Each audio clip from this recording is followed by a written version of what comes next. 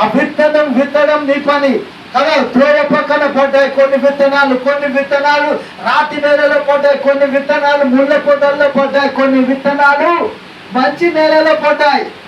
కానీ చూసినట్టయితే రాత్రి రోడ్డు పక్కన పడిన త్రోవలో పడ్డ విత్తనము ఆకాశ పక్షులు వచ్చి ఎత్తుకొని వెళ్ళిపోయాయి. అంటే సాతాను ఎత్తుకొని పోతున్నది. నీ ప్రార్థన అవసరము.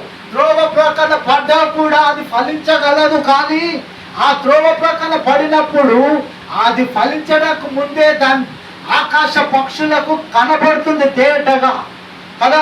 ఆ విత్తనం తేటగా కనబడగానే దాన్ని ఎత్తుకొని వెళ్ళిపోతుంది. మరి రాతి నేలలో ఉన్నటువంటిది ఏంటి?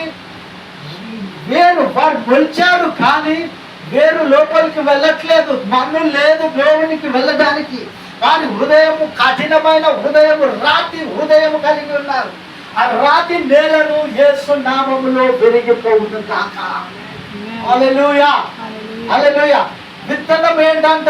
దేవుని వాక్యం అని.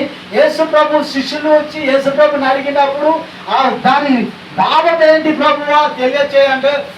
విత్తనము విత్తువాడు. విత్తనం ఏంటి?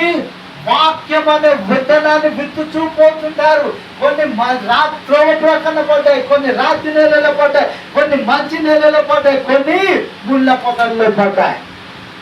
నువ్వు ఏ స్టేజ్లో ఉన్నావు? నువ్వు ముళ్ళ పొదల్లో ఉన్నావా, లేకుంటే త్రోవ ప్రక్కన ఉందా, లేకుంటే నీ విత్తనము రాతి నేలలో పడ్డదా, లేకుంటే ఆ విత్తనము మంచి నేలలో పడి ఫలిస్తా ఉందా? తన మంచి నేలలో ఉండేవాడు ఏం చేస్తాడు? జాగ్రత్త